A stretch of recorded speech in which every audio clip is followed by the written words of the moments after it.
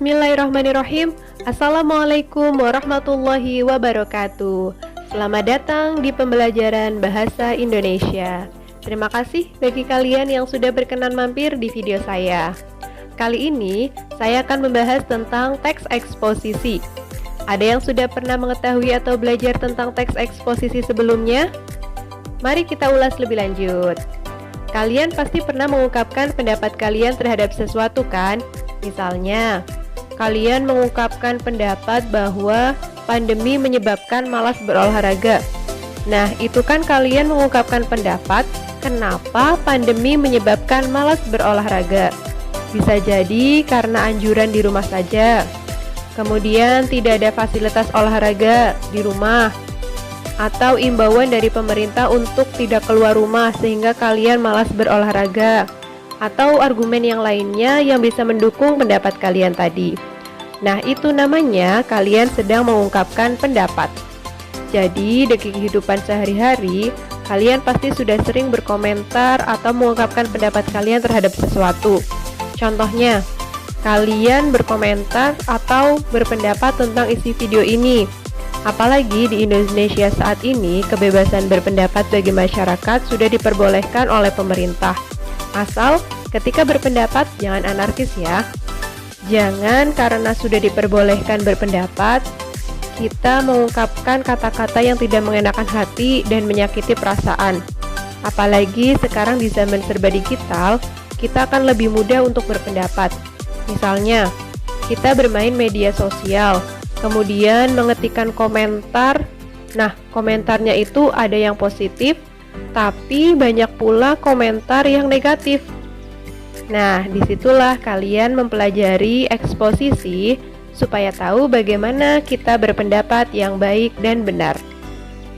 Setelah penjelasan tadi, dapat disimpulkan bahwa eksposisi itu adalah salah satu jenis teks yang berisi informasi berupa pendapat atau argumen tentang sebuah topik permasalahan berdasarkan sudut pandang tertentu. Dalam eksposisi, banyak sekali informasi-informasi yang berasal dari pendapat, tapi bukan sembarang pendapat. Nah, apa saja sih ciri-ciri teks eksposisi itu? Yang pertama, informatif atau berisi tentang informasi.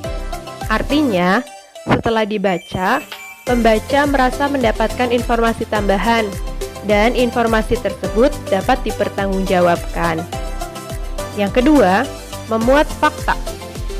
Fakta dapat berupa angka dan data atau keaslian dari keadaan tersebut. Kemudian yang ketiga, objektif.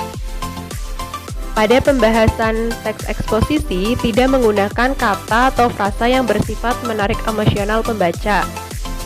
Jadi teksnya itu tidak memihak dan tidak memaksakan kemauan penulis.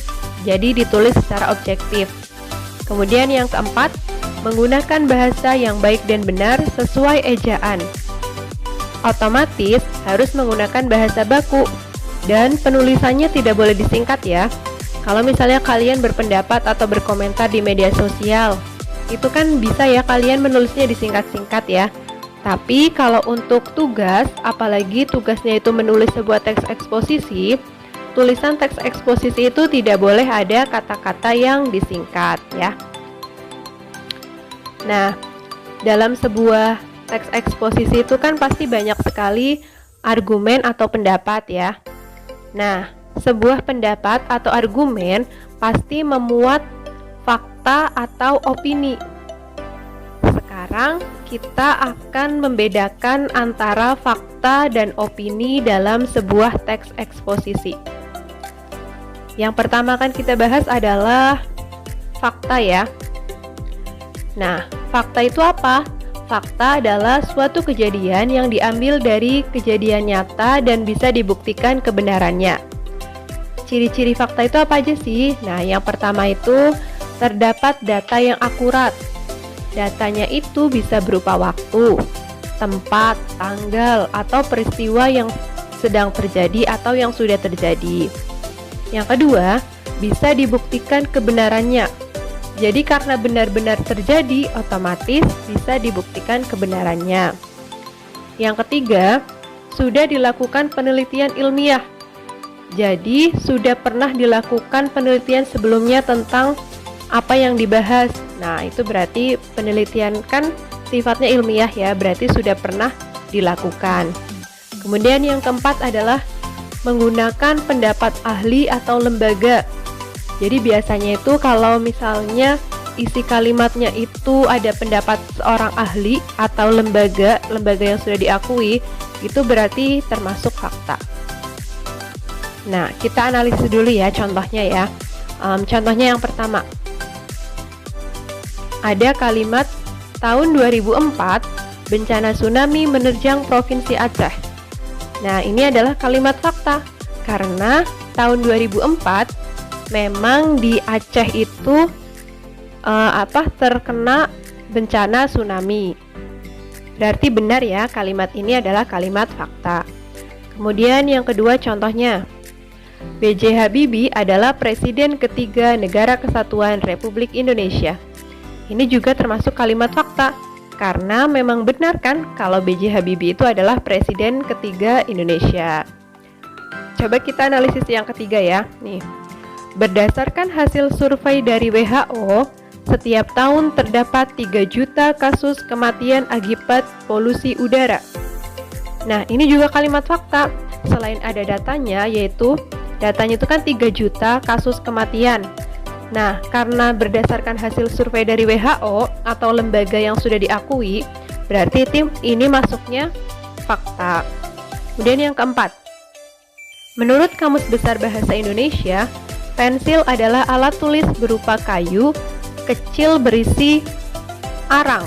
Nah, ini juga masuknya fakta, karena Kamus Besar Bahasa Indonesia itu kan sudah diakui oleh Indonesia ya bahwa benar dan dibukukan ya, berarti kan sudah atas kesepakatan lembaga bahasa, berarti ini masuknya fakta ya. Nah, mari kita lanjut ke yang kedua tadi ya, yaitu opini. Apa sih itu opini gitu ya? Opini adalah sebuah gagasan yang belum jelas kebenarannya.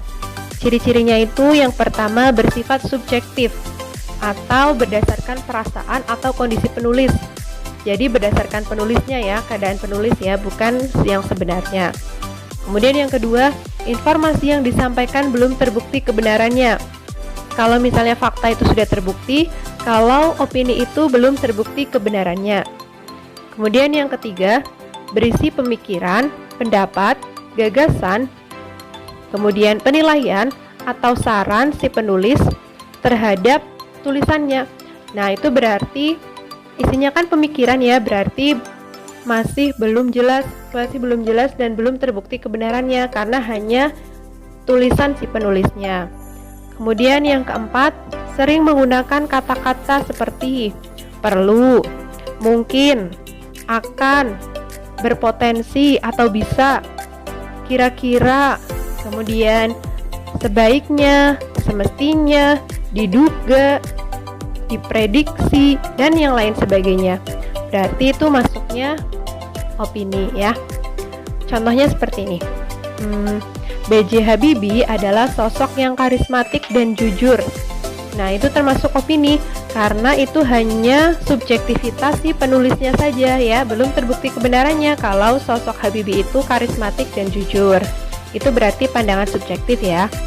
Kemudian yang kedua contohnya, makanan ini akan terasa nikmat jika disajikan dalam keadaan hangat. Nah, ini juga belum terbukti kebenarannya karena ada satu contoh kata yaitu akan. Akan itu biasanya mengindisikan bahwa kalimat itu adalah kalimat opini ya. Kemudian yang ketiga, pemerintah seharusnya dapat segera mengatasi permasalahan antar anggota dewan. Nah, di sini kan ada tulisan seharusnya.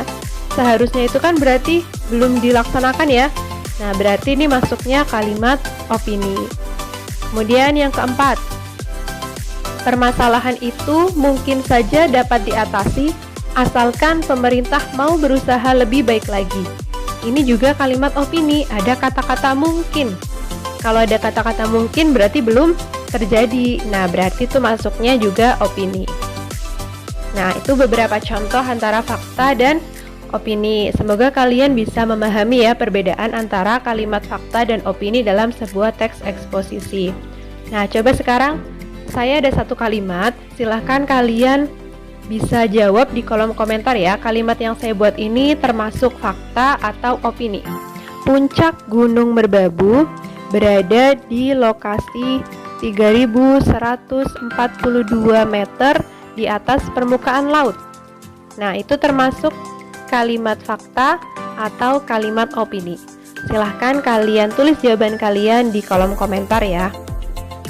Nah, demikian penjelasan dari saya kali ini untuk membahas tentang apa itu teks eksposisi dan membedakan antara fakta dan opini dalam teks eksposisi. Semoga yang saya sampaikan itu bermanfaat untuk kalian, dan apabila bermanfaat silahkan bisa diklik tombol like-nya ya. Terima kasih, sampai berjumpa lagi di pembelajaran berikutnya. Wassalamualaikum warahmatullahi wabarakatuh.